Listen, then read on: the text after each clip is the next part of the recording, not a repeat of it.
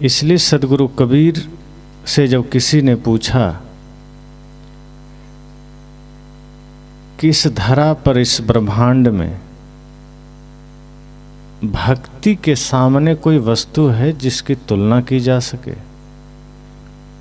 सदगुरु कबीर ने इतना ही कहा कि अरब खरबलों दर्व है, उदय अस्तलों राज, भक्ति महात्म ना तुले, ईसब कोने काज। उन्होंने कहा कि वस्तु तो छोड़ो, उदय से अस्त तक राज्य हो किसी का। कहा जाता है अंग्रेजों का राज्य था पूरी धरती पर, उसके राज्य में कभी सूर्यास्त नहीं होता था। सदगुरु कहते हैं उदय से अस्त तक किसी का राज्य हो, अरबों खरबों की संपत्ति हो, फिर भी भक्ति महात्म ना तुले। भक्ति की महिमा के आगे ये तुलना में ही नहीं है।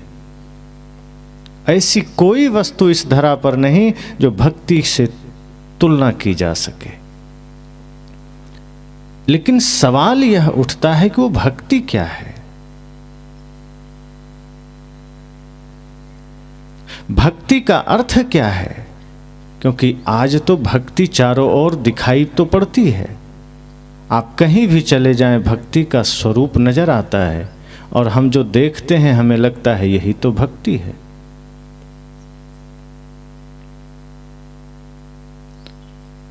भक्ति का स्वरूप जो दिख रहा है, जो हम देख रहे हैं मंदिरों में, तीर्थों में, गिरजाघर में, गुरुद्वारों में या मस्जिदों में, क्या वही भक्ति का स्वरूप है? सदगुरु कबीर कहते हैं वो भक्ति का स्वरूप नहीं है। जो हम बाहर देखते हैं वो हमारी पूजा का एक आस्था का एक विधान है, एक तरीका है, पर असल भक्ति तो हमारे मन से है, तन से है, वचन से है। भक्ति का एक गहरा अर्थ सेवा से भी है। सदगुरु कहते हैं जिसने जीवन में सेवा धारण कर लिया, समझना वो भक्ति कर लिया। भक्ति साधारण भी नहीं है। जितना साधारण हम समझते हैं भक्ति, उतना साधारण नहीं। आज भक्ति हो, चाहे सेवा हो, चाहे सत्संग हो, उसके पीछे कोई ना कोई कामना होती है, कोई ना कोई स्वार्थ होता है। सदगुरु कहते हैं भक्ति भी करिए तो बिना स्वार्थ, बिना कामना के, बिना किसी इच्छा के, बिना किसी स्वार्थ के। अगर भक्ति ऐसी हो पाई तो समझना भक्ति हुई। और भक्ति का अर्थ ही है जहाँ जो गुरु हमें राह दिखा रहे हैं, जो महापुरुषों ने हमें पथ दिखाया, उस पर चलना, अपने जीवन के दिए को जलाना और जगत में प्रकाश फैलाना। भक्ति का अर्थ यह नहीं है किसी के पीछे भागना। भक्ति का अर्थ यह भी नहीं है मंदिरों का चक्कर लगाना। बुद्ध तो कहते हैं अपना दिया जलाना, अपदीपो भव। जहां पूर्ण भक्ति जागृत हुई तो आप अपने भीतर के दिए को जला सकेंगे। और अगर आपके हृदय में दीप जले ज्ञान के, आपके हृदय में दीप जले यथार्थ बोध के, तो समझना कि भक्ति हो गई। भक्ति का अर्थ है जहां समस्त सृष्टि के प्रति करुणा के भाव हुए। भक्ति का अर्थ है जहां समस्त प्राणियों के प्रति प्रेम स्नेह का भाव हुआ। अभी भक्ति और सत्संग भी हमारा स्वार्थ में होता है, पूजा भी स्वार्थ में होता है। जो व्यक्ति भगवान की भी पूजा करता है वो भगवान से प्रेम करके नहीं करता कि चलो भगवान से प्रेम है, राम से प्रेम है तो पूजा हो रही। वो अपने लिए करता है, अपने स्वार्थ के लिए करता है। आप सब ने सुनी होगी एक कहानी, एक आदमी जोश जोश में आकर बहुत ऊंचा पेड़ पर चढ़ गया, और जब ऊपर चढ़ा नीचे देखता है तो प्राण कपने लगे कि तो बहुत ऊंचा है, उतरे कैसे। अब तो पैर कांप रहे हैं, हृदय कांप रहा है। तो जब विपत्ति आती है तब भगवान की याद आती है, पहले नहीं आती। जब तक मौज मस्ती है, धन दौलत भरा पूरा है, चारों ओर माया का ही प्रपंच है, व्यक्ति न गुरु को याद करता है, न भगवान को, न मंदिर को। लेकिन कोई विपदा आ गई, कोई संकट आ गया तो आदमी भगवान को याद करता है। जो लोग हनुमान के भक्त हैं उन्हें ही देखिए, जब तक वे घर में होते हैं फिल्मी गीत सुनते हैं, फिल्मी गीत बजाते हैं। हनुमान जी को मुश्किल है कि याद करते होंगे, कि हनुमान चालीसा का पाठ करते होंगे, लेकिन गलती से कहीं मरघट चले गए, डर लगने लगा, तब हनुमान जी याद आ गए। जय हनुमान ज्ञान गुण सागर। अब वहाँ हनुमान जी से प्रेम नहीं है, वहाँ भय पैदा हो गया। उस भय को मिटाने के लिए हनुमान चालीसा का ध्यान आ गया, और भय नहीं था तो फिल्मी गीत याद आ रहे थे, तो फिल्मी गाने गुनगुना रहे थे। तो आदमी भय में भक्ति भी करने लगता है। आदमी लालच और भय, ये दो के कारण भक्ति करता है, पूजा करता है। वो आदमी चढ़ा, जब देखा कि अब उतरना मुश्किल है, पैर कांप रहे हैं, हृदय घबरा रहा है, तब भगवान की याद आई और मन ही मन प्रार्थना किया कि प्रभु सकुशल अगर हम इस पेड़ से नीचे उतर गए तो उतरते ही आपके मंदिर में बढ़िया शुद्ध देसी घी का लड्डू और 11,000 रुपया चढ़ाएंगे। अब इतना जो बोला तो एक भीतर खुद एक आत्मशक्ति जागृत हुई। जब हम कुछ संकल्प लेते हैं तो हमारी ही शक्ति जागृत होती है, बाहर से शक्ति मिलती नहीं। एक आभास हुआ जैसे कि अब हम उतर जाएंगे, लगा भगवान को इतना लालच दे दिए हैं, बचा तो लेंगे ही। तो हिम्मत करके थोड़ा सा उतरा, काफ़ी दूर उतर आया, तब सोचता है कि 11,000 रुपये महंगाई में तो बहुत होता है। हम घोषणा कर दिए हैं, डर से दे नहीं पाएंगे, ऐसे भी बहुत लोगों का कर्जा है, कितने लोगों से ब्याज ले रखे हैं, थोड़ा कम हो जाए। वैसे भी काफ़ी दूर उतर आए, आधा उतर आया, अब सोच रहा है कि 11,000 तो बहुत बोल दिए, फ्लो में बोल गए। अब भगवान से फिर प्रार्थना करता है, भगवान हम गरीब आदमी हैं, महंगाई का ज़माना है, ऐसा करूँगा 5100 पक्का दे दूँगा, और शुद्ध देसी घी का नहीं लेकिन डालडे का तो दे ही दूँगा। अब फिर हिम्मत किया, लगभग 25% बचा, वो उतर गया था। अब फिर नीचे देखता है कि अब तो मैं गिर भी गया तो हाथ पर थोड़ा सा चोट लगेगी, टूटेगी भी नहीं। और 5,000 कोई कम थोड़े होता है, 20 दिन 30 दिन मेहनत करेंगे तब 5,000 कमाएंगे, ये सब भगवान को दे देंगे। और वैसे भी भगवान करेंगे क्या पैसे का, बहुत गणित लगाने लगा। उसके बाद उसके मन में आया कि प्रभु क्षमा करना, 5,000 भी बहुत होता है, लड्डू का आप क्या करेंगे, वैसे भी पुजारी खा जाएगा, तो मैं 2100 रुपया पक्का आपको दे दूंगा। और लगभग उतर ही गया, 5% बचा, नीचे अब आने ही वाला है। कहा प्रभु 2100 रुपया भी तो बहुत होता है, मैं तो लगभग उतर ही गया हूँ, ऐसा करूँगा 100 रुपया तो दे ही दूंगा। और जैसे ही नीचे उतरा, कहा प्रभु क्षमा करना, ना कभी इतना ऊंचा चढ़ूंगा, ना 1 रुपया दूंगा, अब आप अपने पास रहिए। ये हमारी भक्ति है। भय से भक्ति का जन्म होता है, भय से मंदिरों का निर्माण हुआ है। लालच में किसी ने स्वर्ग का लालच दिया कि तुम्हें स्वर्ग मिलेगा तो भक्ति हो गई, किसी ने भय दिखा दिया तो भक्ति हो गई। किसी ने कहा स्वर्ग नहीं मिलेगा, तुम नरक में जाओगे, खौलते हुए तेल में उबाले जाओगे, आरे से काटे जाओगे, परिवार की हानि हो जाएगी, तो आदमी ने पूजा शुरू कर दिया। और ऐसे ऐसे पुरोहित समाज में है जो कहते भी हैं कि आओ मेरे पास, मैं ऐसी पूजा करा दूंगा कि सब कुशल रहेगा। और यहाँ ही नहीं, तुम्हारे पितर भी, पूर्वज भी तुम्हारे कुशल रहेंगे, उन तक भी हम पहुँचा देंगे सब कुछ। अब आदमी इसी चक्कर में भक्ति में लग गया, मंदिर जाने लगा।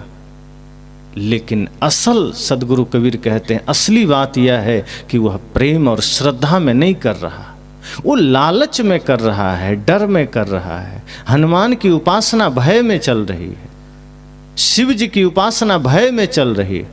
जो शिव परम ध्यानी है, आज हमने अपनी नासमझी से उनको गंजेड़ी बना दिया, नशेड़ी एक नंबर का, कि उनको गांजा चढ़ता है, भांग चढ़ता है। एक आदमी पी रहा था गांजा, तो संत ने कहा कि तुम भगवान शिव के भक्त हो, गांजा पी रहे हो, क्या आपको पता नहीं है, उन्हीं को चढ़ता है, इसलिए हम पी रहे हैं। और हम गांजा ही नहीं, भांग भी पीते हैं, शराब भी पीते हैं, सब शिव जी का प्रसाद है। संत ने कहा शिव जी तो जहर भी पिए थे, एक आध दिन पी के देख लेना। ये नासमझी लाते कहाँ से हो तुम लोग। संत ने कहा कि शिव जी नशेड़ी थे, कि गांजा पीते थे। अरे जो परम ध्यान में है वो ध्यानी आदमी गांजा पिएगा? अपनी मूर्खता को भगवानों पर क्यों टालते हो? हमने अपनी नासमझी को भगवान पर टालना शुरू कर दिया, उनको भी अपने जैसा बनाना शुरू कर दिया। सदगुरुदेव जी एक संस्मरण सुनाते थे, पटना की घटना। एक आदमी भगवान की पूजा करता था, शुगर हो गया था उसे, तो जब भी वो हलवा बनावे चीनी ना डाले। तो गुरुजी ने कहा कि मेरे भाई हलवा में चीनी क्यों नहीं डाला? कहा गुरुजी हमको शुगर हो गया। कहा तुमको हुआ कि भगवान को? कहने हम ही को हुआ। तो भगवान को चढ़ा रहे, उसमें तो चीनी डाल दो। कहा भगवान थोड़े खाएंगे, हम ही ना खाएंगे। तो हम खाएंगे तो हम भगवान को भी शुगर वाला बना लिए, उनके भी प्रसाद में हम चीनी नहीं डाल रहे हैं। तो हम शुगर मरीज हुए तो भगवान भी शुगर के मरीज हो गए। हम ब्लड प्रेशर के मरीज हुए तो हमारा भगवान भी ब्लड प्रेशर का मरीज हो गया। बंगाल में जो लोग हैं उनके सारे भगवान मांस खाते हैं, राजस्थान गुजरात के भगवान शाकाहारी होते हैं। हम जैसे होते हैं वैसा भगवान निर्मित कर लेते हैं, वैसा समाज बना लेते हैं। हम उनके लिए भक्ति नहीं करते हैं, राम के लिए नहीं करते, हनुमान के लिए नहीं करते, शिव के लिए नहीं करते। सदगुरु कबीर कहते हैं भक्ति का स्वरूप आज बिगड़ गया। कबीरन भक्ति बिगाड़िया कंकड़ पत्थर धोए, बस इतना ही है, इससे ज़्यादा नहीं है। अंतर में विष राख के अमृत डारिन खोए। सदगुरु कहते हैं कंकड़ पत्थर धोने के चक्कर में और लालच के चक्कर में सबसे बड़ी बात है डर और लालच में भक्ति हो रही है। आज किसी भी भगवान की पूजा आदमी श्रद्धा से नहीं करता। मंदिर जाने के बाद आप देखिए, कोई आदमी अगर श्रद्धा से पूजा करे तो इतना ही जाकर कहेगा प्रभु आपसे मुझे कुछ नहीं चाहिए, हम इतना ही मांगने आए हैं कि हमें भौतिक कोई सुविधा आप नहीं चाहिए, बस इतनी कृपा करना, ये देश ये दुनिया एक एक इंसान सुखी रहे। ऐसा कोई मांगता है? आदमी जाता है मंदिर, प्रभु कृपा करना एक फैक्ट्री और मिल जाए, कृपा करना बेटा पास हो जाए, कृपा करना बच्चे हो जाएं, कृपा करना धन संपत्ति हो जाए, जमीन बढ़ जाए। और तो और आदमी इतना नासमझ है कि अपने लिए वहाँ जा कर के धन मांग रहा है, और जैसे ही ध्यान पड़ोसी का आया, प्रभु कृपा करना हमें तो धन देना, पड़ोसी को नरक दे देना, उसका घर भी तोड़ देना, वो नरक में चला जाए, उसका बेटा बीमार हो जाए, हम ये कामना लेकर जा रहे हैं। संत कहते हैं ये भक्ति नहीं, ये तो डर है, स्वार्थ है, ईर्ष्या है, लालच है। इस सारे विकारों में हमारी सेवा भक्ति चल रही है।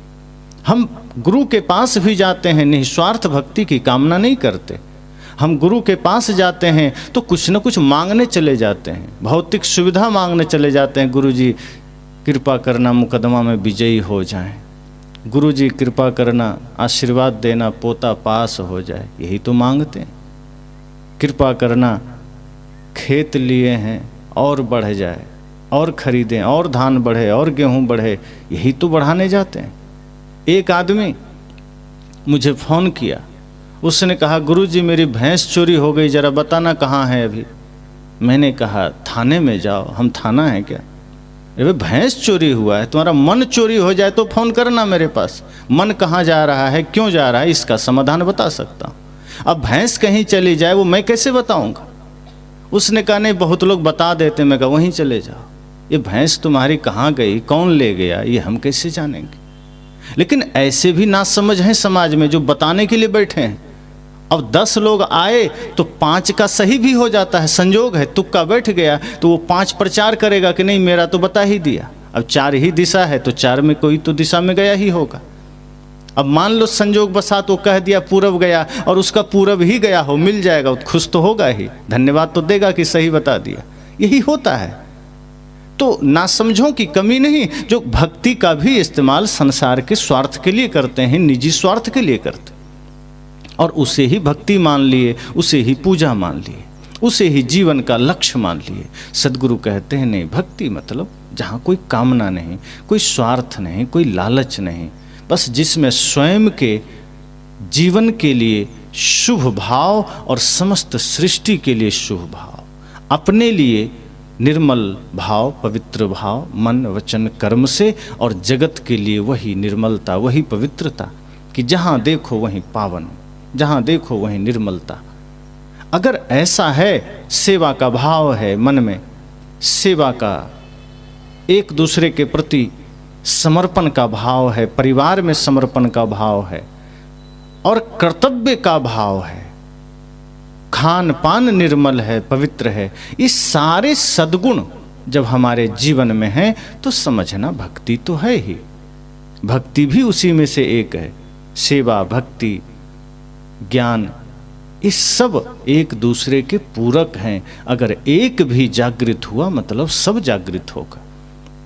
अब कोई कहे मेरे पास ज्ञान है लेकिन भक्ति नहीं, तो समझना ज्ञान भी नहीं।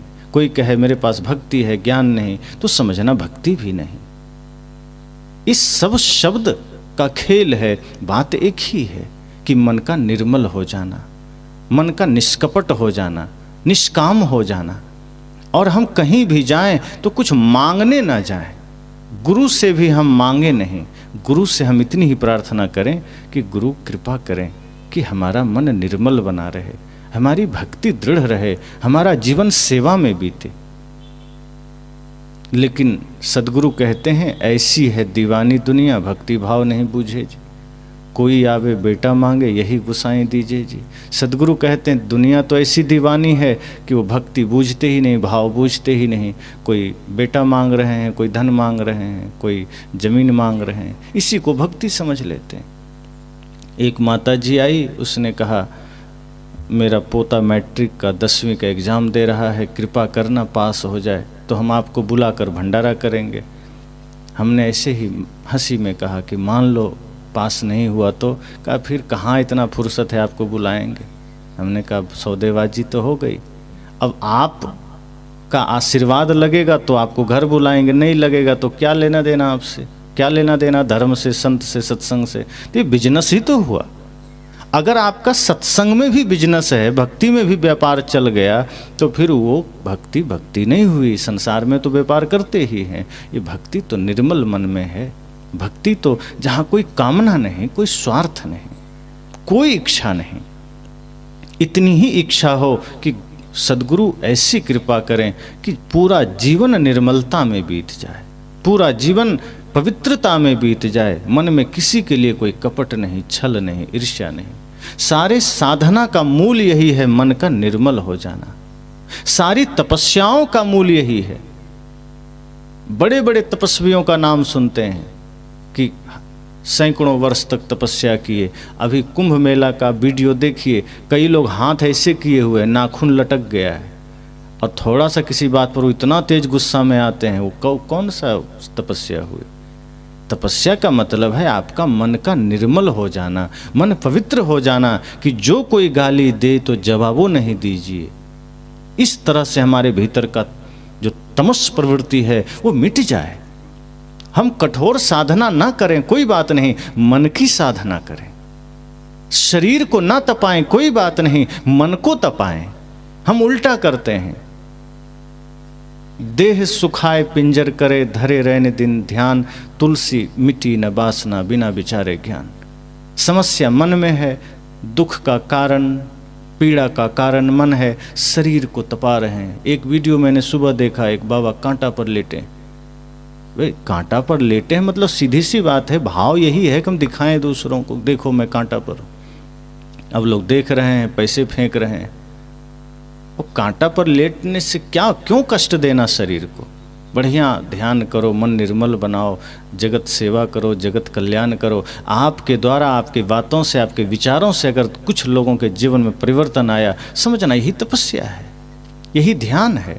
अपना मन निर्मल हो जाए और आपकी निर्मलता का प्रभाव दूसरों पर हो जाए, यही असली ध्यान है, यही असली सत्संग है।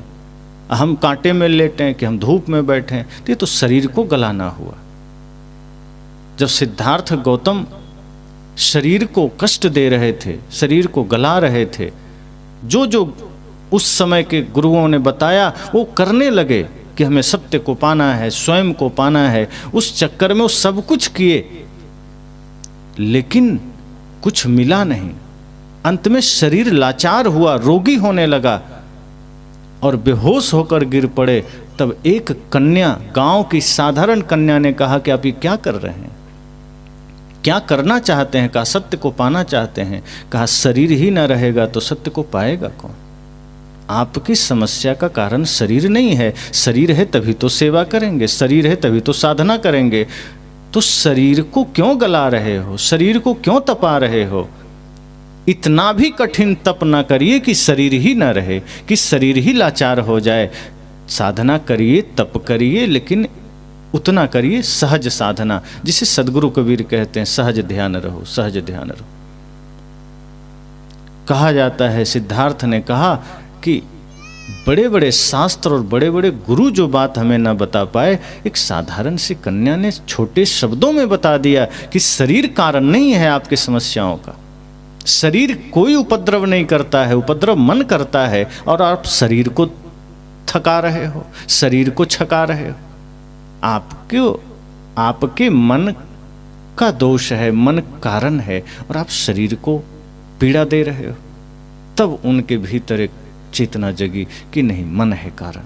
और फिर उन्होंने गहरे ध्यान को अपनाया, और उस गहरे ध्यान के बाद धीरे धीरे धीरे धीरे मन को शुवश किया। और जब माया के उस पार खड़े हुए, तब पता चला कि बुद्धत्व तो मेरे पास ही था, ज्ञान तो मुझ में ही था, बाहर कोई कठोर तप की जरूरत नहीं। कठोर तप का निषेध है, ऐसा नहीं कि कोई भी तप का निषेध है। तप तो चाहिए ही जीवन में, तपस्या चाहिए, लेकिन कठोर नहीं जिसमें शरीर को गलाना पड़े कि अभी ठंडी है तो बर्फ़ की सिल्ली लगा के बैठ जाएं। ये नासमझी है कि सब लोग सड़क में चल रहे हैं तो अपना खेत खेत में चलने लगें। ये उल्टा चलना हुआ, इससे कुछ मिलता नहीं। कि गर्मी का समय है तो चारों तरफ अग्नि डाल के बैठ गए, तो ये सब नासमझी है। सदगुरु कहते हैं ये भक्ति का स्वरूप नहीं है। भक्ति का स्वरूप है कि आप निर्मल बन जाइए और अपनी निर्मलता से दूसरों को भी शीतल करिए। अपनी वाणी इतनी मधुर कर लीजिए, अपना चित्त इतना मधुर कर लीजिए कि आप तो सदैव आनंद में रहिए, दूसरे को भी आनंद बांटिए, दूसरे को भी प्रेम बांटिए, दूसरे को भी करुणा बांटिए। अपना आनंदित होने के चक्कर में दूसरे को नुकसान मत करिए, दूसरे को पीड़ा मत दीजिए। मन में किसी भी प्रकार का विकार रहेगा तभी मन में दूसरे को सताने या दूसरे की निंदा का भाव आएगा, दूसरे की आलोचना का भाव आएगा। मन निर्मल रहेगा तो कोई भाव नहीं आएगा। इसलिए भक्ति का रंग अगर चढ़ाना है वास्तव में तो निस्वार्थ होना पड़ेगा, कोई कामना नहीं चाहिए, निष्काम होना पड़ेगा। जहाँ स्वार्थ है वहाँ भक्ति हो ही नहीं सकती, चाहे वो राम की हो, चाहे कृष्ण की हो, चाहे बुद्ध महावीर कबीर की हो, सारी भक्ति झूठी होगी। फिर वो सिर्फ लालच में होगा कि हम करें और कुछ मिल जाए, व्रत करें कुछ मिल जाए। लोगों ने कह दिया कि एकादशी करोगे सीधे स्वर्ग मिलेगा, अब एकादशी करने लगे। लोगों ने कहा पूनम व्रत करोगे सीधे सतलोक में निवास होगा, हम करने लग गए।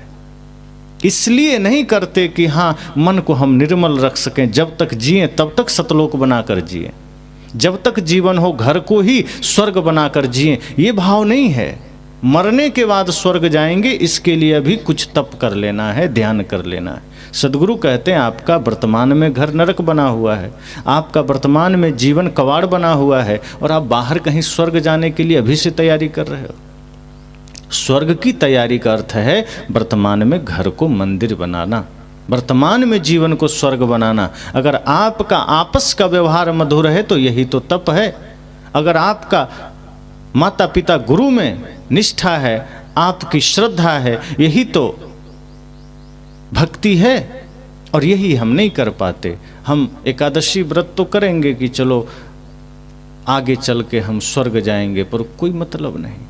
व्रत एकादशी हम करते हैं, लेकिन मन हमारा सधता नहीं, इंद्रियां सधती नहीं। सदगुरु कहते हैं 5 ज्ञान इंद्रियां, 5 कर्म इंद्रियां और 1 मन, इन 11 को साध लेना, यही एकादशी व्रत है। ज़्यादा कुछ नहीं करना। भूखे रहोगे शरीर को थोड़ा लाभ हो जाएगा, पेट को कुछ अच्छा आराम मिल जाएगा, इससे ज़्यादा कुछ नहीं होगा। ये नहीं कि भूखे रहने से भगवान मिल जाएंगे। तो कितने भिक्षुक हैं, भिखारी हैं, बेचारे 2-2, 3-3 दिन भूखे रहते हैं। कितने जानवर हैं 15-15 दिन तक भूखे रहते हैं, तो सबको भगवान मिल जाते। भूखे रहने से भगवान नहीं मिलते। आप नियमित, आयुर्वेद में कहा गया कि समय समय से उपवास करेंगे तो शरीर को स्वास्थ्य मिलेगा, इससे ज़्यादा कुछ नहीं। लेकिन अगर शांति पाना है, मुक्ति पाना है, तो मन को उपवास में रखना पड़ेगा। मन उपवास में नहीं है, मन को हम भोजन दिए जा रहे हैं, मन को हम खुला छोड़ दिए कहीं भी जाए, और मन का साधन ये आँख नाक कान है, ये जगह जगह जा जा करके मन को भोजन दे रहा है और मन हमें विचलित करता है। सद्गुरु कहते हैं उपवास करना है तो मन का करना, तन का जरूरी नहीं है। मन को रोकना, मन रुका तो आपकी इंद्रियां रुकेगी, और मन नहीं रुका तो इंद्रियां भी नहीं रुकेगी। इसलिए भक्ति सरल नहीं है कि मंदिर गए और भक्ति हो गई, कि गुरु से दीक्षा लिए आरती हुई और भक्ति हो गई। भक्ति मतलब जहाँ स्वयं के कल्याण का भाव हो, जगत सेवा का भाव हो, जहाँ अपने लिए भी सदैव पवित्रता का भाव हो, अपना मन वचन कर्म निर्मल हो, और जगत के प्रति भी वही भाव कि हमारा एक एक कर्म, एक एक विचार जगत कल्याण के लिए होगा, अंतिम सांस भी जगत के कल्याण के लिए होगा। अपने निज हित में मैं नहीं जी सकता। जिस दिन इतना भाव आ जाएगा, आप पाएंगे कि नहीं, जगत कल्याण में ही अपना कल्याण है, जगत के हित में ही अपना हित है। और ये पूरी प्रकृति हमें ये संकेत दे रही है, सब देना सिखा रही है। तो भक्ति का वही तो स्वरूप है, जहाँ कोई कामना नहीं, कोई स्वार्थ नहीं, कोई लालच नहीं। इसलिए जब राम जी माता शबरी से मिले तो माता शबरी ने कुछ नहीं मांगा, न धन, न वैभव, न घर, न झोपड़ी ठीक करने को कहा, न वस्त्र मांगे। इतना ही कहा कि आप सिर्फ मुझे भक्ति का ही ज्ञान दीजिए। और राम जी ने कहा कि वो भक्ति का ज्ञान पहला यही है कि संतों का संग करना, क्योंकि संतों का संग करोगे तो जीवन को जानोगे, स्वयं को जानोगे, शरीर संसार को जानोगे। इसलिए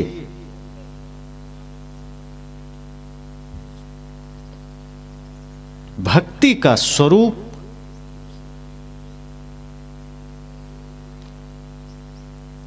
मैंने कहा कि भक्ति का स्वरूप यह नहीं है कि हम बस रेगुलर कंटिन्यू निरंतर कहीं मंदिर गए, किसी गुरु के पास गए और हम भक्ति कर लिए, कि हाथ में पूजा की थाल लिए कहीं मंदिर गए और भक्ति हो गई। भक्ति का ये स्वरूप नहीं। फिर तो बस एक नियम है कि जीवन में हम चले गए और जितनी देर भक्ति की उतना देर भक्ति हो गई, चाहे राम की हो, हनुमान की हो, किसी की भी हो। हमें यह देखना है कि हमारे जीवन में, हमारे चिंतन में भक्ति का रंग है कि नहीं। आपने भजन सुना है, रंग दे प्रभु ज्ञान के रंग में काया। एक शिष्य अपने गुरु से कहता है, हे सद्गुरु, हे प्रभु, हमारे जीवन को, हमारे मन को ज्ञान के रंग में रंग देना। वो ये नहीं कहता कि हे प्रभु मेरे जीवन को, मेरे मन को धन के रंग में रंग देना, मकान के रंग में रंग देना। शिष्य नहीं कहता। अगर वो कहेगा तो गुरु नहीं कर सकते ना। अब गुरु से कोई मांगने जा रहे हैं कि गुरु जी धन दे देना, तो गुरु जी खाद्य विभाग का कोई हेड थोड़े हैं कि वो धन दे देंगे। अब समाज में जो खाद्य बंटवारा करते हैं उनके पास जाइए, खाद्य मंत्रालय से मिल जाएगा। अब गुरु जी जिस विभाग को संभालते हैं वो चीज़ नहीं मांगते हैं। कई लोग माँ गंगा से बेटा मांगने जाते हैं, तो माँ गंगा डीलर थोड़े है सब चीज़ का कि चलो बेटा दे देंगे। भाई जो जहाँ जो चीज़ मिलती है वो लीजिए ना। गुरु से जो मिल सकता है, गुरु से जो आप पा सकते हैं, आप वो मांगते नहीं हैं। गुरु आपके मन का स्वास्थ्य दे सकते हैं, गुरु आपके जीवन में आध्यात्मिक सौंदर्य भर सकते हैं, गुरु आपको आनंद दे सकते हैं, गुरु आपको आत्मिक शांति दे सकते हैं। और वो हम कभी मांगना ही नहीं चाहते, हम उसकी कभी चर्चा ही नहीं करते, हम भौतिक चीज़ें मांगने जाते हैं।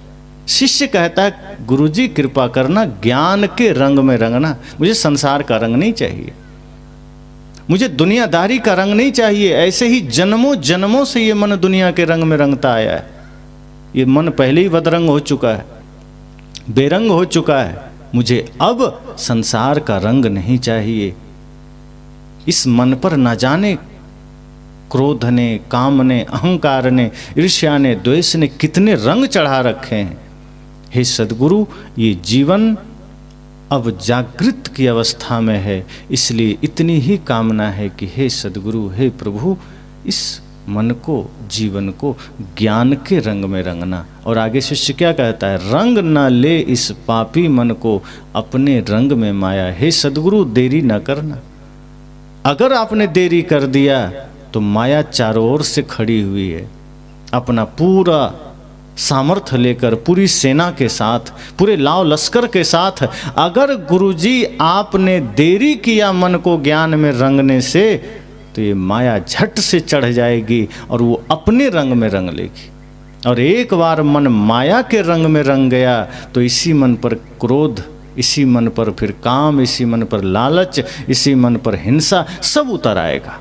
फिर हम बचेंगे नहीं, फिर हमारा जीवन नरक बन जाएगा। इसलिए हे सद्गुरु कृपा करना, इससे पहले कि माया हमारे मन को रंगे, आप अपने ज्ञान में रंग दीजिए, आप अपने ध्यान में रंग दीजिए, आप अपने शब्दों से इस मन को पवित्र कर दीजिए, सत्य के रंग में रंग दीजिए, प्रेम के रंग में रंग दीजिए। अभी हमारे जीवन में कितने बाहरी रंग चढ़े हुए, भक्ति, सत्संग, उपासना, पूजा ये सब तो है, लेकिन इसका रंग हम पर चढ़ा नहीं है। सोचिए, अगर भक्ति का रंग चढ़ा होता तो क्या कभी किसी पर क्रोध आता, कभी मन में लालच पैदा होता, कभी भी किसी के लिए कटु वचन निकलते, भाई से विवाद होते, परिवार में विवाद होते, ईर्ष्या होती किसी को देखकर, किसी की सफलता को देखा और मन में जलन के भाव पैदा हुए। इसका मतलब मन अभी प्रेम के रंग में, भक्ति के रंग में नहीं रंगा है। शिष्य कहता है, गुरुजी मन को भक्ति के रंग में रंगना। ये माया अगर अपने रंग में रंग लिया तो हम कितनी भी चेष्टा करेंगे, कितना भी पूजा करेंगे, कितना भी सत्संग करेंगे, घर तो नरक ही रहेगा, घर तो कबाड़ खाना ही रहेगा। हमें घर को मंदिर बनाना है, घर को स्वर्ग बनाना है, हमें अपने जीवन को मंदिर बनाना है। और फिर शिष्य क्या कहता है, हे गुरुजी, जो शबरी पर रंग चढ़ा था, जिस रंग रंगी थी मीरा, भक्त सुदामा तुलसी रंगे थे, जिस रंग रंगे कबीरा। सभी महान आत्माओं का नाम लेकर शिष्य कहता है कि जो भक्ति का रंग माता शबरी पर चढ़ा था, जो प्रेम का रंग मीराबाई पर चढ़ा था, जो भक्ति और पवित्रता का रंग सुदामा जी पर था, जो ज्ञान, भक्ति, वैराग्य का रंग सद्गुरु कबीर पर था, हे सद्गुरु वही रंग हम पर चढ़ाना, वही रंग, दूसरा नहीं। मुझे संसार का रंग नहीं चाहिए, मुझे दुनियादारी का रंग नहीं चाहिए। वो देख लिया, दुनिया के सारे रंग हमने देखे हैं, दुनिया के सारे हाव भाव हमने देखे हैं, चारों ओर सिवा दर्द के कहाँ कुछ मिलता है। संसार में जहाँ जाओ पीड़ा ही तो है, संसार में जहाँ भी जाओ घृणा के अलावा कहीं कुछ दिखता नहीं। जिसके घर जाइए वही आदमी दुखी है, सुखी कोई मिलता ही नहीं। शिष्य कहता है, गुरुजी ये दुख दर्द का रंग हमें नहीं चाहिए। मैं खुद के जीवन में दुख महसूस करता हूँ और मैं जब किसी से जाता हूँ कि अपना दुख सुनाऊं, वो आदमी हमसे ज़्यादा दुखी नजर आता है। सद्गुरु कबीर ने कहा है ना, सुखिया ढूंढत मैं फिरूं, सुखिया मिला न कोय, जिसके आगे दुख कहूँ सो पहले उठे रोए। सद्गुरु कहते हैं कि मैं सुखी ढूंढने गया कि मेरे जीवन में दुख है, पीड़ा है, जरा किसी से अपनी दिल की बात कर लें। कभी कभी आप सबको भी ऐसा लगता होगा कि काश मेरी दिल की बात मैं किसी से कह पाता। और आप अपने घनिष्ठतम मित्र से, परिवार से, सगे संबंधी से कहने की चेष्टा भी करते हैं, और आप दो चार बातें कह नहीं पाते हैं कि सामने से वो कह उठता है। क्या करें, हमारे जीवन में भी यही बात है, हम भी ऐसे ही दर्द में हैं, ऐसे ही पीड़ा में हैं। हालांकि पहले तो कहेगा आदमी, आप पूछिए कैसे हो, कहेगा अरे सब बढ़िया, कोई दिक्कत नहीं। लेकिन उस बढ़िया के पीछे कितना दुख छिपा है, कितना दर्द छिपा है, आपको आगे समय देंगे तो पता चलता जाएगा। और वो आदमी फिर कहने लगता है, क्या करें, भाई से बंटवारा हो गया, पिताजी बात नहीं मानते, माँ भी छोटे भाई की तरफ है, पत्नी भी बात नहीं मानती, दुनिया भर की शिकायतें लेकर बैठा है, बिजनेस में भी घाटा लग गया, खेती में भी धान अभी नहीं बिका, दुनिया भर की सारी बातें एक एक बातें आती जाएगी। ऐसा मालूम पड़ेगा कि इस धरती पर उससे ज़्यादा लाचार, उससे ज़्यादा दुखी कोई नहीं। फिर आपको लगेगा कि मैं अपना दुख सुनाने आया था, तो मेरे से बड़ा इसका दुख। और आदमी कहता है कि क्या कहें, हमसे ज़्यादा दुखी इस पूरे धरती पर कोई नहीं होगा। ऐसा लगता है पूरी धरती के लोगों की वो समीक्षा कर लिया कि हम ही सबसे दुखी हैं। सद्गुरु कहते हैं यही तो चारों ओर है, संसार में यही तो है। संसार का रंग अगर चढ़ गया, माया का रंग चढ़ गया, तो कहीं भी जाओगे दुख नजर आएगा। लेकिन सद्गुरु से प्रार्थना यही है कि हे सद्गुरु, जो ज्ञान भक्ति वैराग्य का रंग आपने चढ़ाया, जो प्रेम का रंग आपने चढ़ाया, वो मुझे भी चढ़ा देना। क्योंकि संसार का रंग चढ़ तो जाता है, लेकिन वो सिवाय दुख दर्द पीड़ा के कुछ नहीं देता। और दुनिया इसी रंग के पीछे भाग रही है। संसार के लोग दुख पाते हैं, फिर चाहते हैं यही हो जाए, संसार का विस्तार ही तो चाहते हैं। और संसार के विस्तार में आनंद नहीं है, शांति नहीं है। संसार के विस्तार में व्यवस्थाओं का विस्तार हो जाएगा, सुविधाओं का विस्तार हो जाएगा, लेकिन आपके भीतर शांति का विस्तार नहीं होगा। लेकिन दोनों चाहिए ना, धन तो चाहिए ही, धर्म भी चाहिए, बाहर का विस्तार भी चाहिए, शांति भी चाहिए। हम एक ही तरफ दौड़ने लग जाते हैं। अब जैसे ट्रैक्टर है, अब एक चक्का ट्रैक्टर का खोल के उसमें एक चक्का साइकिल का दे दीजिए तो क्या होगा, वो बैठ जाएगा, नहीं चलेगा। हम यही जीवन में करते हैं कि हमारा बाहर का विस्तार का चक्का तो ट्रैक्टर क्या जेसीबी की तरह है, और जो धर्म का है, सेवा का है, साधना का है, भक्ति का है, वो चक्का एकदम खिलौना वाला गाड़ी का लगा दिए, साइकिल का भी नहीं लगाए। अब वो गाड़ी चलती ही नहीं है, तो कदम कदम पर हम दुखी होते हैं। इसलिए बड़े बड़े धनपति आते हैं कभी तो कहते हैं गुरुजी सब कुछ है मेरे पास, पता नहीं दुख क्यों है। क्योंकि बाहर सब कुछ है ना, दुख मिटाने का कोई प्रयास आपने किया ही नहीं। दुख मिटे इसकी चेष्टा नहीं की। मैंने प्रथम दिन कहा था कि जो पंजाब में जो भक्त हमें बुलाए थे, जो यूएस से रहते, अमेरिका, उन्होंने यही बात कहा कि गुरुजी मेरे पास किसी चीज का अभाव नहीं, 4-5 देशों में मेरा बिजनेस है, यूरोप में, कनाडा में, यूएसए में, ऑस्ट्रेलिया, न्यूजीलैंड तक में, लेकिन अब तक मैं पीड़ा में था। शराब पी पी करके मैं मन को शांत करता था। जब भी दर्द होता था कोई शांति नहीं, चारों तरफ अशांति का जीवन था, तो मैं शराब पी लेता था, मांस खाता था। पर आपको सुना, उस दिन से पता चला कि ये धन तो बड़े साधारण है, ये जो शांति का धन है इसके सामने ये दुनिया का धन तो छोटा धन है, कुछ नहीं। और उस दिन से मेरे जीवन में परिवर्तन आया और मैंने मांस छोड़ा, शराब छोड़ा, और अब दीक्षा लेने का संकल्प है। अब मुझे सुख मिला है, अब मुझे शांति का थोड़ी सी झलक मिली है। सोचिए, जिनके पास धन नहीं है वो उसी धन के लिए पूरा जी जान लगाने की चेष्टा में है कि मिल जाए तो शायद सुख मिलेगा, और जिनको मिला हुआ है वो कह रहे हैं हम दुखी हैं, रो रहे हैं, थोड़ी भी शांति नहीं है। लेकिन जब आध्यात्मिक चेतना जगी, थोड़ा सा ध्यान धर्म की बात भीतर में आई, तो सुख का आभास हुआ, शांति का आभास हुआ। यही है जीवन में। ऐसे कितने लोग मिलते हैं, मिले हैं, जो यही बात करते हैं। बाहर कोई कमी नहीं है, बाहर से हम संपन्न हैं, लेकिन भीतर में दरिद्रता है, भीतर में विपन्नता है। एक शिष्य, एक सज्जन बल्कि झोला में पैसा भर के गुरु के पास गया। पूरा रुपए का बंडल भरा था, 2-4-5 करोड़ तो होगा ही। बड़ा सा बंडल लेके गुरु के पास चरणों में रखा। गुरुजी मैं बड़ा गरीब आदमी हूँ, ये थोड़ा रख लीजिए। तो अगल बगल शिष्य खड़े थे, कहा कैसा आदमी, इतना पैसा रख रहा है, कह रहा है गरीब आदमी। जब इतना देने आया है तो इसके पास होगा कितना। जो आदमी एक झोला बंडल भर के पैसा दे रहा है वो गरीब कैसे हो सकता है। गुरुजी ने भी कुछ नहीं कहा, कहा ठीक है रख दो। कहा गुरुजी क्षमा करना, मैं बड़ा गरीब आदमी हूँ, बस ये थोड़ी सी सेवा स्वीकार कर लेना। वो रख के चला गया। तो जो गुरुजी के अगल बगल शिष्य खड़े थे, कहा गुरुजी लगता है ये आदमी पागल है, कहा नहीं तुम पागल हो, वो नहीं पागल है। कहा कैसे? कहा ये धनी आदमी है और कह रहा है मैं गरीब आदमी हूं। कहा हाँ वो सही कहा, तुम जो देख रहे हो वो उससे आगे निकल गया है।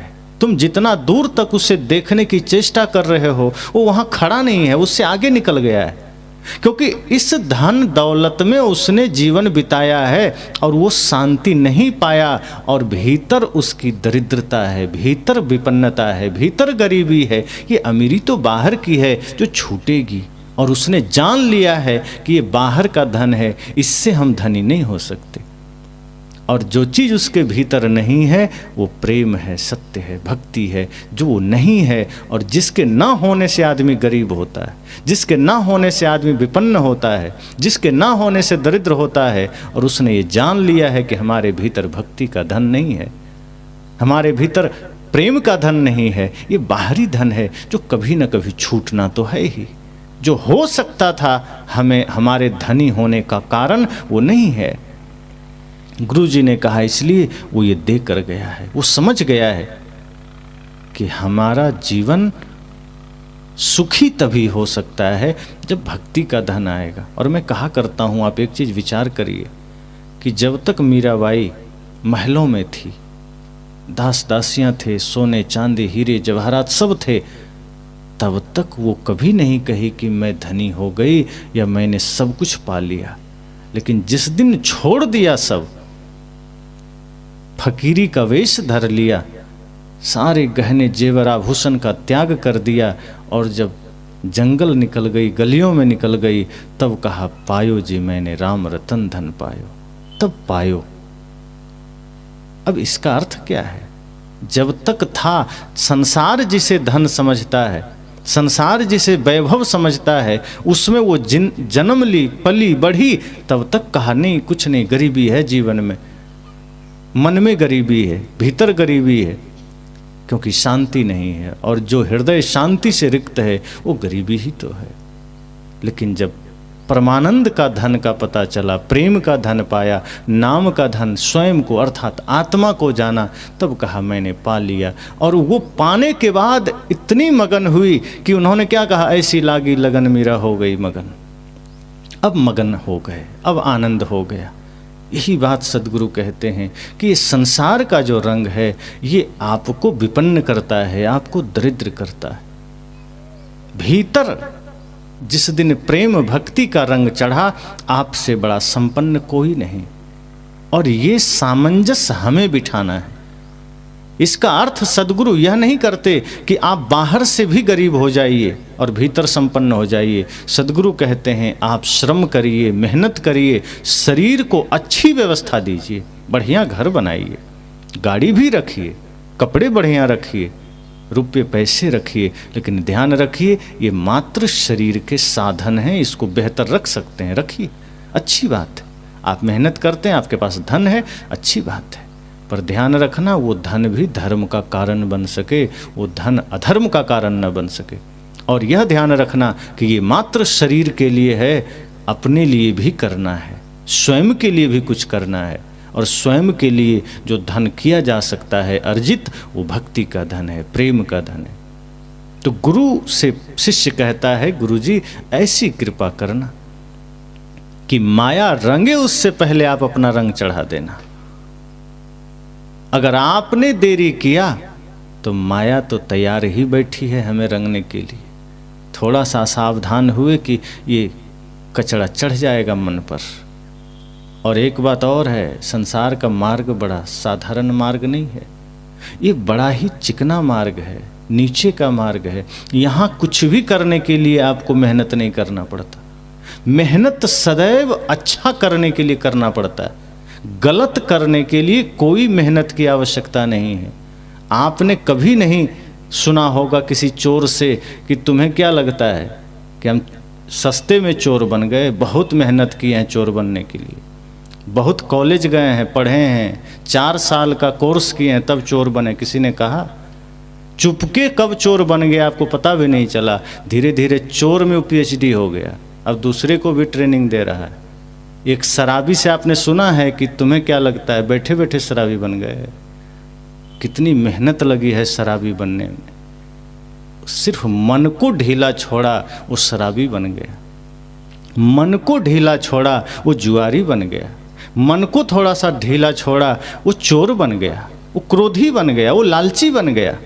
कुछ नहीं करना पड़ता, गलत बनने के लिए कोई मेहनत नहीं, हल्का सा लगाम ढीला करिए, मन गलत जगह खुद चला जाएगा। लेकिन अच्छा बनने के लिए मेहनत करनी पड़ती है, श्रम करना पड़ता है। शिष्य कहता है गुरुजी अगर आपने देरी किया तो ये माया तैयार बैठी है, ये कब हमको हिंसा के मार्ग पर ले चले जाए, ये कब हमें नफरत के मार्ग पर ले चले जाए हम जानते नहीं हैं, और हम उसके अधीन हो जाएंगे, हम कुछ कर नहीं पाएंगे। इसलिए हे गुरुजी कृपा करना, इस मन पर संसार का रंग, माया का रंग चढ़े उससे पहले आप अपना ज्ञान का रंग चढ़ा देना, आप अपना प्रेम का रंग चढ़ा देना। और जब गुरु हमारे मन पर प्रेम का, ज्ञान का, भक्ति का रंग चढ़ा दे तो ये मन फिर हिंसा में नहीं जाता, ये मन फिर विवादों में नहीं जाता। इसलिए कि संसार का मार्ग सरल है, अनादिकाल से, जन्म जन्म से हम संसार में आ रहे हैं, हमें संसार का अनुभव है, माया का अनुभव है, हिंसा का अनुभव है, अत्याचार का अनुभव है, जितने बुरे कर्म हो सकते हैं ये मन सबका अभ्यासी है। इसलिए शिष्य कहता है गुरुजी अगर आपने कृपा नहीं की तो मन खुद उसी में चला जाएगा जो परिचित मार्ग है। ये संसार का, माया का मार्ग परिचित मार्ग है, यहाँ मन जल्दी जाता है। किसी को गाली नहीं सिखाना पड़ता बच्चे को, आप कविता और दोहे और भजन सिखा सिखा के परेशान हो जाइएगा, वो महीना भर में एक सीखेगा। लेकिन गाली के लिए कहिएगा नहीं गाली नहीं देना, तब तक नहीं देना कहते कहते दो चार उसको आ जाता है, उसके लिए प्रयत्न नहीं करता। गलत करने के लिए कभी प्रयत्न नहीं करना पड़ता, गलत मार्ग पर चलने के लिए कभी मेहनत नहीं करनी पड़ती। मेहनत सदैव करनी पड़ती है श्रेष्ठ मार्ग के लिए, मेहनत सदैव, तपस्या सदैव करनी पड़ती है प्रेम के मार्ग के लिए, सत्संग के मार्ग के लिए, सेवा के मार्ग के लिए। जैसे आप जल गिराते हैं जमीन पर, जहाँ गड्ढा है खुद चला जाता है, कोई मेहनत नहीं। लेकिन उसी जल को अगर ऊंचा में ले जाना है तो नहीं जाएगा, मशीन लगाना ही पड़ेगा। ऐसे ही मन को आप ढीला छोड़ेंगे तो जहाँ जहाँ बुराई होगी वो खुद चला जाएगा, आपको कुछ नहीं करना। आप बल्कि दौड़ेंगे कि नहीं मत जाओ, तब तक वो चला जाएगा। लेकिन उसी मन को योग में ले जाना है, ध्यान में, प्रेम में, सत्य में, सत्संग में, तो आपको गुरु ज्ञान का, गुरु भक्ति का मंत्र लगाना पड़ेगा, यंत्र लगाना पड़ेगा। कि जब तक गुरु का सानिध्य ना मिलेगा, गुरु का आशीर्वाद ना मिलेगा, गुरु के प्रति हमारी सच्ची निष्ठा ना होगी, और गुरु भी ऐसे जो यथार्थ गुरु हैं, सच्चे गुरु हैं, जो आपको जैसा को तैसा कहने वाले हैं, यथार्थ ज्ञान देने वाले हैं। ये सस्ता नुस्खा गुरु नहीं जो मंत्र और आशीर्वाद से ही स्वर्ग मोक्ष बांटते हों। सदगुरु कबीर के ज्ञानों को जीवन में, सदगुरु कबीर के विचारों को जीवन में धारण करने वाले गुरु, जो आपको शुद्धतम मार्ग दिखा सकते हैं। तो ऐसे गुरु के पास जब आप जाते हैं, नेह लगाते हैं, गुरु से लगन लगाते हैं, तब जा कर के मन पर ज्ञान का रंग चढ़ता है, भक्ति का रंग चढ़ता है। पर समस्या यह है कि गुरु से लगन भी हम नहीं लगा पाते। भजन आपने सुना है, गुरु से लगन कठिन मेरे भाई। अब ये क्यों कहा? क्योंकि संसार से लगन तो लग जाता है, माया से भी लगन लग जाता है, दुनियादारी धन दौलत से लगन लग जाता है, सरलता से लग जाता है। पर गुरु से लगन लगाना हो तो बड़ी मेहनत होती, हम नहीं लगा पाते। लेकिन जब तक लगन लगे बिन काज न सरी हैं। संत कहते हैं, सदगुरु कहते हैं कि लगन नहीं लगाओगे तो काम भी नहीं बनेगा। इसलिए शिष्य कह रहा है कि हे सदगुरु कृपा करना, जो आपने रंग माता शबरी पर चढ़ाया, जो प्रेम भक्ति ज्ञान वैराग्य का रंग आपने मीराबाई पर चढ़ाया, जो सुदामा जी पर चढ़ाया, सदगुरु कबीर पर चढ़ा, वही रंग में हमको रंगना। क्यों? क्योंकि काले पीले रंगों का है ये जग सारा, ये पूरा संसार तो यही काला पीला रंग से भरा है। और जो इस संसार के रंग में रंग जाता है फिर वो बदरंग हो जाता है। ये हिंसा का रंग बदरंग ही तो है। संसार का रंग मतलब क्या? जहाँ क्रोध का रंग है, हिंसा का रंग है, जहाँ घृणा का रंग है, जब हमारे मन पर घृणा का रंग चढ़ा तो हमें किसी से घृणा हो जाती है। जब हमारे मन पर हिंसा का रंग चढ़ा तो मन में बात बात पर हिंसा के भाव जगेंगे। अब हिंसा का मतलब ये बस नहीं होता कि आपने किसी का गला काट दिया। हिंसा का मतलब ये तो शारीरिक हिंसा हुई। सद्गुरु कहते हैं हिंसा 3 प्रकार की है। एक शरीर से किया जाने वाला, एक वचन से किया जाने वाला, एक मन से किया जाने वाला। तो वाचिक हिंसा, कायिक हिंसा और मानसिक हिंसा, तीनों में खतरनाक है मानसिक हिंसा। शरीर से जो हिंसा होती है, शरीर से आप किसी को मारते हैं, चाहे व्यक्ति को चाहे किसी जीव को, तो वो तो हिंसा है ही, लेकिन उससे खतरनाक है जो मन से आप किसी को मारते हैं। क्योंकि शरीर से जो कुछ भी हम करते हैं वो तो दिखता है। आप किसी को मारिए तो पुलिस पकड़ कर ले जाएगी, आपको दंड होगा, लेकिन मन से किसी को आप मारते रहिए तो कोई देख पाएगा, लेकिन वो भीतर परिणाम उतना ही भयंकर लेकर आएगा जितना कि शरीर से आपने मारा है। मन से की गई हिंसा का पाप भी उतना ही विशाल होता है जितना तन से किया गया है। वाणी से की गई हिंसा का पाप भी उतना ही होता है। अब मन से हम कितने लोगों को बुरा भला कह देते हैं, आप जरा सोचिए। बाहर से हम धर्मात्मा बन जाते हैं, दानी बन जाते हैं। कई बार ट्रेनों में आप देखेंगे कोई भिक्षुक आ गया कुछ मांगने, तो मांग बैठा किसी से, तो वो उस समय तो निकाल कर दे देता है, लेकिन बाद में कहता है कहाँ से सब चोर उचक्का आ गया, भिखारी सब हमारे पास आ गया, मर कहीं नहीं जाता। ये शब्द बोल पड़ा। अब उसका दिया हुआ दान किसी काम का रहा? मन से सोच लिया ना कि वो मर जाए, हिंसा हो गई, इसका मतलब वो दान खत्म हो गया। और कई बार ऐसा होता है कि एक बार आया आप नहीं दिए, वो बेचारा फिर दोबारा लौटा, फिर मांगा, फिर आप नहीं दिए। अब 3-4 बार जैसे ही घूमा तो आदमी कहता है नहीं देंगे तो बार बार आते रहेगा, चलो इसको 5 रुपये दे के हटाओ। मन से घृणा का भाव करके कि दे के हटाओ, ये दोबारा इधर दिखाई नहीं देना चाहिए। आपने दे दिया तो आपको तो लगा चलो मैंने दे दिया, पर वो देना किसी काम का न रहा, क्योंकि साथ में घृणा भी आपने दे दिया, साथ में नफरत भी आपने दे दिया। इस तरह से जब हम करते हैं तो ये दान भी हिंसा का रूप हो जाता है, पाप का रूप हो जाता है। देने का मतलब है मन से भी दे देना। इतनी पवित्रता हमारे मन में हो, इतनी सरलता, इतनी विनम्रता, इतना पावन हमारा मन हो कि हम मन से भी किसी को शुभ दे सकें, पवित्र भाव दे सकें। तन से सामर्थ्य ना हो कोई बात नहीं, धन का सामर्थ्य ना हो कोई बात नहीं, लेकिन अगर मन से गरीब हैं तो समझना आप इंसान नहीं हैं। हो सकता है कोई धन का गरीब हो सकता है, तन का कमज़ोर हो सकता है, पर मन का कमज़ोर होना तो ये अपनी बात है कि हम जानबूझकर मन का कमज़ोर बने हुए हैं। हम बुरे मार्ग पर हैं इसलिए मन का कमज़ोर हैं, माया के अधीन हैं इसलिए मन के कमज़ोर हैं। अगर हम गुरु की भक्ति करें, ज्ञान धारण करें, तो मन हमारा इतना मजबूत हो सकता है, आत्मबल इतना बढ़ सकता है कि हम मन से समस्त जगत के लिए शुभ भाव कर सकते हैं, कि मन से हम समस्त सृष्टि के लिए पवित्र भाव कर सकते हैं। मैंने कल कहा था आंखें खुले तो जगत के अच्छाई को देखना, बंद करो तो अपनी बुराई को देखना। ये तो कर सकते हैं। अगर ये ना कर सके तो इंसान काहे का। इसलिए सद्गुरु कहते हैं कि अगर मन से भी आपने हिंसा किया तो वो हिंसा का रंग, इसका मतलब मन पर चढ़ा हुआ है। और जब मन पर हिंसा का रंग है तो वो भले ही कर्म में नहीं उतरा, लेकिन चिंतन में तो उतर गया। और जो हिंसा के भाव चिंतन में आ गए तो समझना हिंसा के पाप का भागी बन गए। इसलिए संत से निवेदन करता है साधक, गुरु से निवेदन करता है कि गुरुजी काले पीले रंगों का मेला है ये जग सारा, इस दुनिया के सभी रंगों से तेरा रंग है न्यारा।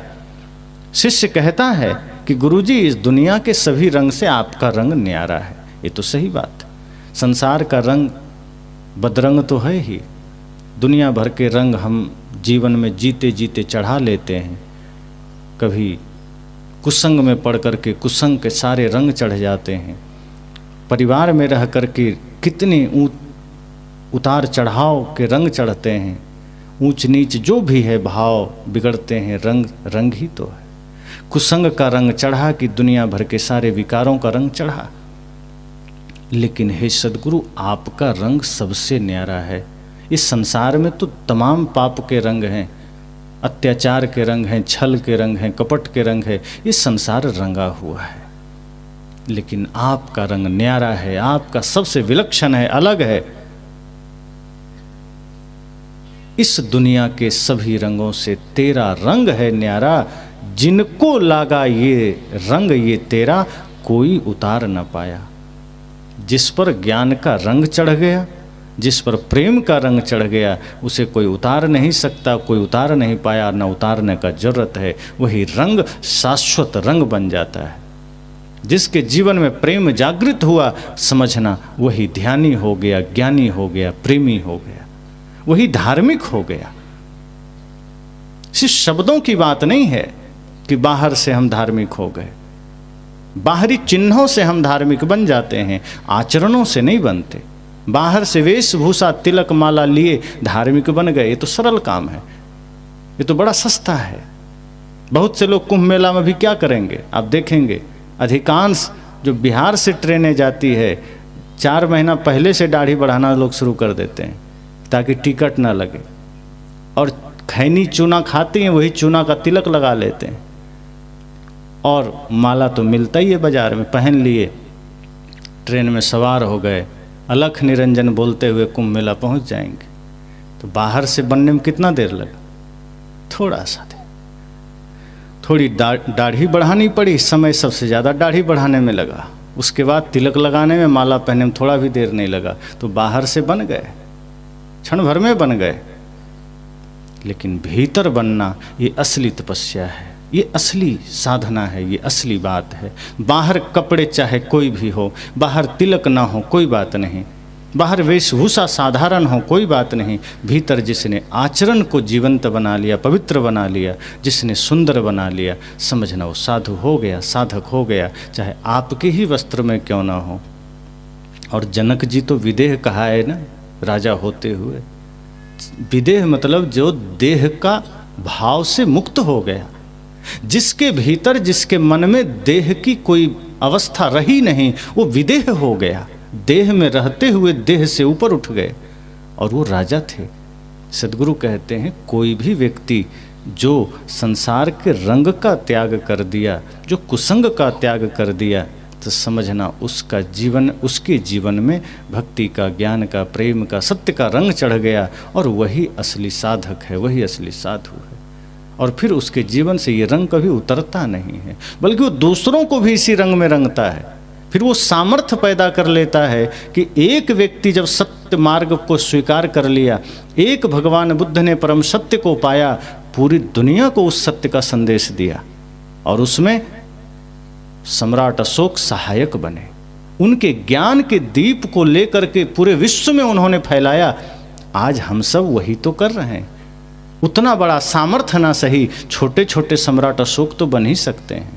छोटे छोटे सम्राट अशोक का सामर्थ्य तो जागृत कर ही सकते हैं कि हम भी जगत में वही ज्ञान का दीप जला सकें, वही प्रेम का दीप जला सकें, वही भक्ति का दीप जला सकें।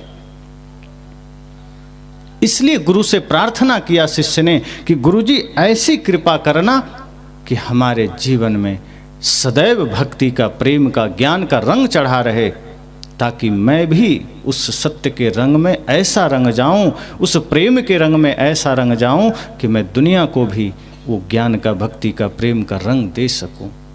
वरना मेरे पास ऐसा क्या है जो मैं संसार को दे सकता हूं? जो भौतिक है, जो नश्वर है, वो मेरे पास है, और वो मेरे पास है कब तक, ये तो भरोसा नहीं। और वो देने से भी क्या होगा? वो तो व्यवहारिक दृष्टिकोण से आवश्यकता है, वो दे भी दिया, लेकिन हम तो वो धन भी संसार को बांटें जो धन कभी बिखरे नहीं, जो धन कभी छूटे नहीं। कोई भूखा है, भोजन दे दीजिए, ये भी पुण्य है। प्यासा है, पानी दे दीजिए। कोई लाचार है, खड़े हो जाइए, सेवा कर दीजिए। किसी के वस्त्र नहीं, वस्त्र बांट दीजिए। दीनहीन है, अस्वस्थ है, स्वास्थ्य दे दीजिए। लेकिन इससे भी ऊपर है कि इतना करते हुए अगर आपने मन को भी जागृत कर लिया, पवित्र कर लिया, अपने भीतर ज्ञान, भक्ति, वैराग्य के दिए जला लिए, तब आप उस व्यक्ति को संसार के साथ साथ सत्य का भी मार्ग दिखा सकते हैं। उसे बाहरी व्यवस्थाओं के साथ साथ आप परम शांति का भी सूत्र दे सकते हैं। और दोनों सामर्थ्य अगर आपके पास है तो यही तो सच्चा भक्त होना हुआ, यही तो सच्ची भक्ति हुई। तो सद्गुरु से प्रार्थना यही कि हमारे जीवन में यही भक्ति का रंग हो। वो कामना वाला नहीं चाहिए, स्वार्थ वाली भक्ति नहीं चाहिए कि बदले में कुछ मांग लिया, कुछ नहीं चाहिए। गुरु से प्रार्थना करिए बस इतना ही कि प्रभु कृपा करना कि मेरी भक्ति बनी रहे, मेरे जीवन में मन की निर्मलता बनी रहे, मेरे जीवन में मेरे कर्मों की पवित्रता बनी रहे। इससे ज़्यादा कोई चाह नहीं, कोई कामना नहीं। ये जीवन सदा जगत के काम आए, सोते जागते उठते बैठते सोचते ये रोम रोम जगत के काम आ जाए।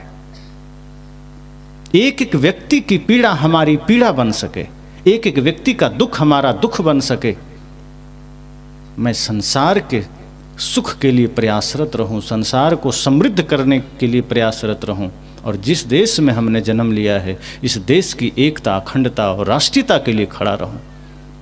ये प्राण भी छूटे तो इस भाव के साथ कि ये पूरा जीवन, पूरी श्वासें इस राष्ट्र को समर्पित हो। दूसरा कोई ख्वाब नहीं, दूसरा कोई कामना नहीं। जब यह भाव जगेगा तो समझना कि भक्ति जगी। भक्ति कभी स्वार्थ को लेकर नहीं आती कि बस अपना देख लिया, अपना काम बनता। लोग कहते हैं ना, भाड़ में जाए जनता। ये नहीं होना चाहिए। अपना काम क्या है? जो जगत का काम है वही अपना काम है। और ये प्रकृति शिक्षा दे रही है। सूरज इतना प्रकाश, इतना जीवन पूरे विश्व को देता है, ब्रह्मांड को देता है, बदले में क्या लेता है? ये नदियाँ अगर ना हो तो हम बोर में भी पानी नहीं देख पाएंगे। और ये आज नदियाँ हमसे क्या लेती है? हमसे कचरा ही तो ले रही है। हम नदियों को गंदा कर रहे हैं, नदियों में कचरा डाल रहे हैं। जो देश नदी को माता नहीं मानता वहाँ उन नदियों का जल पीने लायक है, आप पी सकते हैं, फिल्टर है। और जहाँ हम जिधर निकलो वहीं सब नदी को हमने माता मान करके पूजा शुरू कर दिया, उसमें इतनी गंदगी हम डाले जा रहे हैं कि कोई होश ही नहीं है। हम कुछ देते हैं तो गंदगी ही तो दे रहे हैं। ये धरती को हम क्या देते हैं? धरती सोना उगल रही है, अन्न उगल रही है, हमारे घर मकान सारे कार्य को धरती सह रही है, सब कुछ दे रही है। बदले में क्या देते हैं हम? ये वायु को हम क्या देते हैं जिसके वजह से हम जिंदा हैं? कुछ नहीं। ये पूरा प्रकृति जगत हमें दे रहा है, देने की सीख दे रहा है कि अगर सच में जीवन को अमृत बनाना है तो देना सीखिए। चाहे वो बाहर से देना हो, भीतर से देना हो, दीजिए। जब देंगे तो समझना आपका उसी में हो गया। जब आप पूरे विश्व के स्वास्थ्य की कामना करेंगे, जब आप समस्त सृष्टि की समृद्धि की कामना करेंगे तो समझना आप उसी में हैं, अलग नहीं हैं, आपको भी मिलेगा। और जब हम सिर्फ निज हित के लिए कोई प्रार्थना करते हैं, कोई बात करते हैं, कोई प्रयास करते हैं, तो न वहाँ भक्ति है, न वहाँ सेवा है। फिर निज हित में थोड़ा सा कुछ भौतिक धन मिल जाएगा, लेकिन शांति नहीं मिलेगी। इसलिए सद्गुरु से शिष्य प्रार्थना करता है कि ऐसी कृपा करें कि ये जीवन भक्ति में रंगे, लेकिन भक्ति वो जो निष्काम हो, जिसमें कोई कामना नहीं, कोई मांग नहीं, कोई चाह नहीं, सदैव निर्मल, निष्काम, निष्कपट, निश्चल भक्ति। ऐसी भक्ति अगर जगे तो समझना भक्ति वास्तव में हम भक्त कहलाए। वरना होता तो यही है कि विषम परिस्थितियां जब आती है तो भक्त की भक्ति गायब हो जाती, प्रतिकूलताओं में साधक की साधना गायब हो गई, ज्ञानियों का ज्ञान गायब हो गया, पुजारियों की पूजा गायब हो गई। अनुकूलता में हम भक्त हैं, अनुकूलता में साधक हैं, अनुकूलता में पुजारी हैं, अनुकूलता में संत हैं। सद्गुरु कहते हैं ये सोचने की बात है कि जैसे अनुकूल माहौल है तो हम ठीक हैं, प्रतिकूल आया तो मन में सारे विकार उबाल मारने पड़े। ये नहीं है भक्ति। भक्ति असल में तभी होगी जब प्रतिकूलता में आप सम रह सकें। जैसे कि भगवान बुद्ध रास्ते में चलते हैं और कोई गाली दिया तो क्या पलट के गाली देते थे? मुस्कुरा देते थे, सौम्य शांत चेहरा लेके आगे बढ़ जाते थे। हमें कोई गाली दे, हम भले ही भक्त हैं, संत हैं, कोई गाली दे तो आंखें चढ़ जाती है कि ठीक है मिलना कहीं दिखाएंगे। ये भाव जगता है। भक्ति है? भक्ति होगी तो ये भाव ही नहीं जगेगा। आप सोचेंगे उसका काम, उसको ऐसा करके शांति मिली, खुशी मिली, धन्यवाद तुम इस करो, हमें कोई दिक्कत नहीं।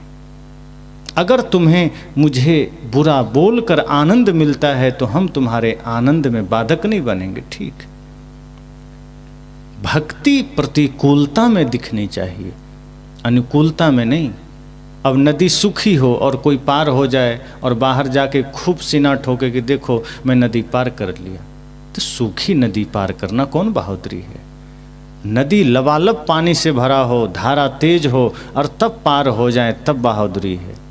इसी तरह कोई भी विषम परिस्थिति आपके जीवन में नहीं है, किसी ने गाली नहीं दिया, किसी ने निंदा नहीं किया, एकदम सब तरफ प्रेम ही प्रेम है और तब आप शांत बैठे हैं, तो कौन सा ध्यान है? तब कौन सा वो भक्ति है? कुछ नहीं।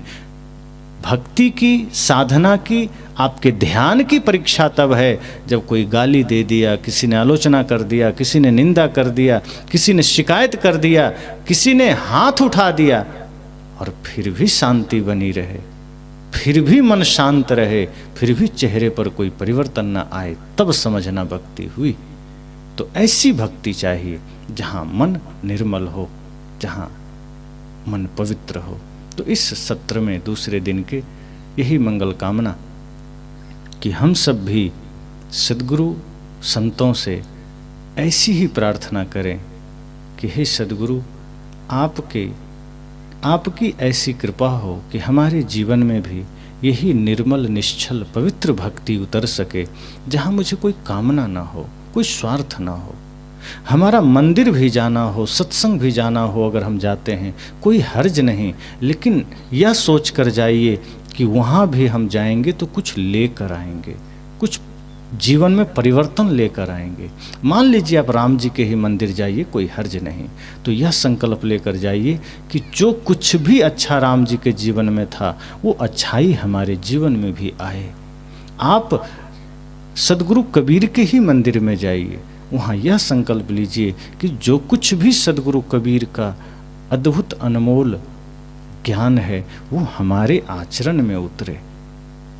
यह भाव अगर हुआ, अर्थात उनके ज्ञान के प्रति समर्पण हुआ, उनके आचरण के प्रति श्रद्धा हुई, तब असली भक्ति हुई, तब असली पूजा हुई। और अगर लालच में चले गए कि जाएंगे कुछ मांग लेंगे शायद कृपा मिल जाए, कि जाएंगे निवेदन करेंगे शायद उनका आशीर्वाद मिल जाए, तो इसका मतलब उनसे प्रेम नहीं है, उनके विचारों से प्रेम नहीं है, उनके ज्ञान से प्रेम नहीं है। बस ये कामना पूर्ति हो जाएगी ऐसा सुना है इसलिए चले गए।